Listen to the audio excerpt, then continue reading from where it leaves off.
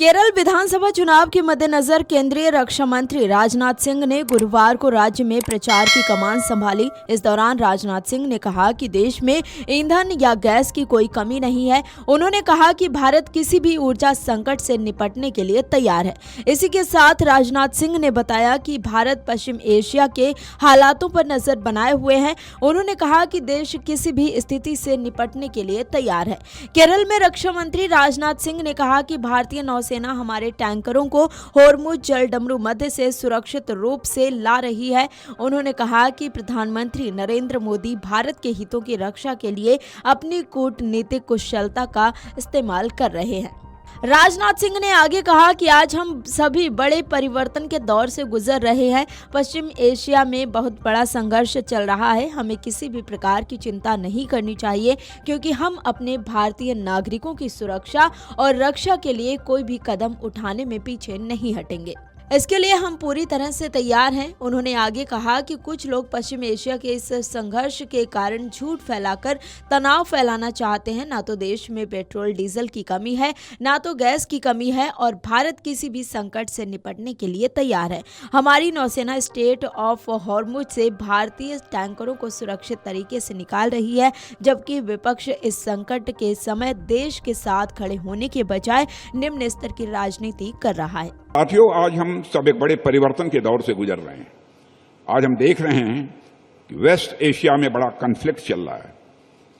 केरल के बहुत सारे लोग इन देशों में रहते हैं और काम करते हैं, मगर उन्हें चिंता नहीं करनी चाहिए, क्योंकि हम अपने भारतीय नागरिकों की रक्षा और सुरक्षा के लिए हर कदम उठाने में किसी भी तरह पीछे नहीं रहेंगे, बल्कि उसके लिए हम पूरी तरह से तैयार हैं।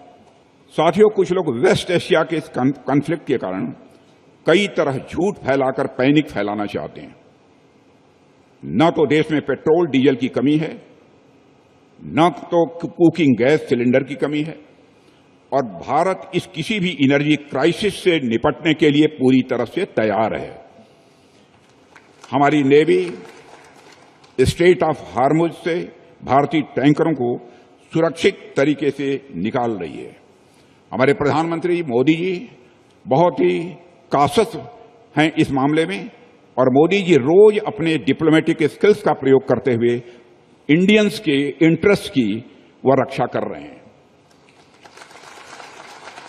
जबकि अपोजिशन इस संकट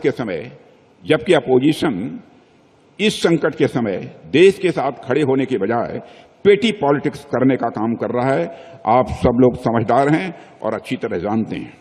रक्षा मंत्री राजनाथ सिंह ने अपने बयान में आगे कहा कि मैंने देश के गृह मंत्री के रूप में भी काम किया है, और आज मैं रक्षा मंत्री के रूप में देश को अपनी सेवा दे रहा हूं। पिछले 11 वर्षों में चाहे वो आंतरिक सुरक्षा की बात रही हो या चाहे बाहर के दुश्मनों से सुरक्षा की बात रही हो, प्रधानमंत्री नरेंद्र मोदी की सरकार ने हमारी राष्ट्रीय सुरक्षा को ताकत दी है। ये बदलाव पूरी दुनिया को हाल ही में हुए ऑपरेशन सिंदूर के दौरान भी देखने को मिला है। साथियों, मैंने देश के होम मिनिस्टर के रूप में भी काम किया है, और आज मैं यहां डिफेंस मिनिस्टर के रूप में अपनी सेवाएं देश को दे रहा हूं। पिछले 11 वर्षों में चाहे वो इंटरनल सिक्योरिटी की बात रही हो, चाहे बाहर के दुश्मनों से सुरक्षा की बात रही हो, प्रधानमंत्री से नरेंद्र मोदी के नेतृत्व में हमारी सरकार ने नेशनल सिक्योरिटी को एक मजबूती दी है, नेशनल सिक्योरिटी को एक ताकत दी है।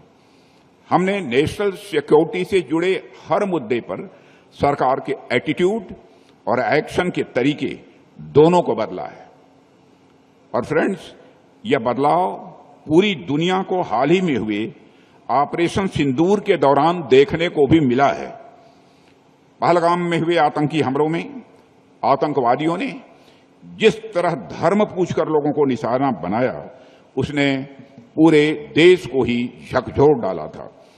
वह हमला सिर्फ हमारे लोगों पर नहीं था, वह भारत की सोशल यूनिटी और सोशल फैब्रिक पर किया गया एक बहुत बड़ा हमला था, और इसके खिलाफ भारत ने बड़ी और कड़ी कार्रवाई करते हुए पाकिस्तान में मौजूद आतंकी अड्डों और उससे जुड़े अन्य इंफ्रास्ट्रक्चर को तबाह कर दिया था। बता दें कि राजनाथ सिंह ने आगे कहा कि जब कांग्रेस के नेतृत्व में यूपीए सरकार का शासन था तो कैसे हालात थे याद कीजिए। आए दिन कोई न कोई घटना होती थी। जब से केंद्र में पीएम मोदी के नेतृत्व वाली एनडीए सरकार आई है, आतंकवादी घटनाओं पर न केवल लगाम लगी है बल्कि आतंकवाद के खिलाफ हमने निर्णायक कदम भी उठाए हैं। यदि मैं यहाँ सिर्फ आतंकवाद की बात करूं तो आप याद कीजिए, जब कांग्रेस लेड यूपीए गवर्नमेंट का शासन था तो कैसे हालात थे।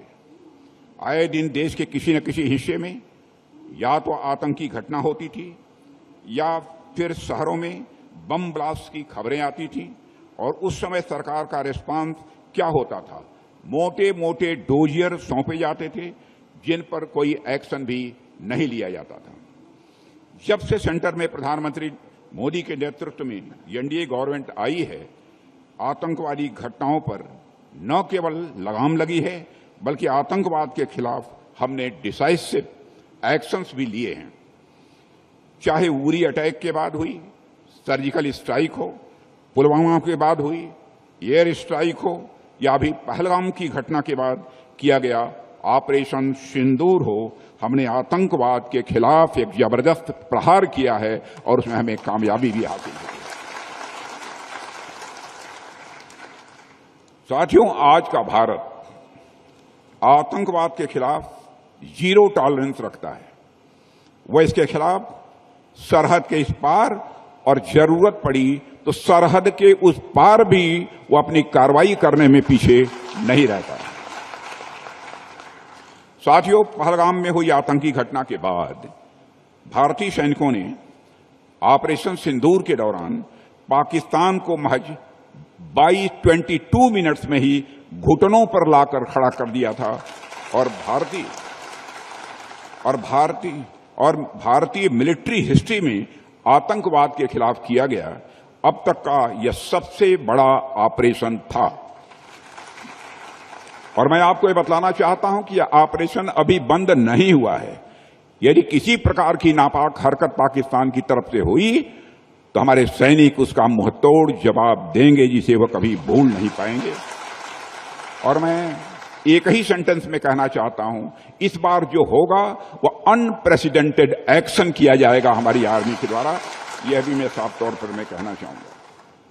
साथियों, यह आतंकवाद के खिलाफ की गई भारतीय इतिहास की अब तक की सबसे बड़ी कार्रवाई है। मगर ऑपरेशन सिंदूर, जैसा मैंने कहा, कि अभी खत्म नहीं हुआ है, क्योंकि हमारा नेबर आजकल जो सिचुएशन है उसमें कोई भी मिस एडवेंचर कर सकता है। अगर उसने ऐसा किया तो मैंने आपको बतलाया कि भारत का एक्शन अनप्रेसिडेंटेड होगा और डिसाइसिव होगा। पश्चिम एशिया संकट पर राजनाथ सिंह ने कहा कि भारत पश्चिम एशिया की स्थिति पर बारीकी से नजर रख रहा है। उन्होंने कहा कि भारत किसी भी स्थिति का सामना करने के लिए तैयार है। Video desk amarujala.com। अगर आप ये वीडियो YouTube पर देख रहे हैं तो हमारे चैनल को सब्सक्राइब कर बेल आइकन दबाएं, और Facebook पर देख रहे हैं तो हमारे पेज को लाइक करें।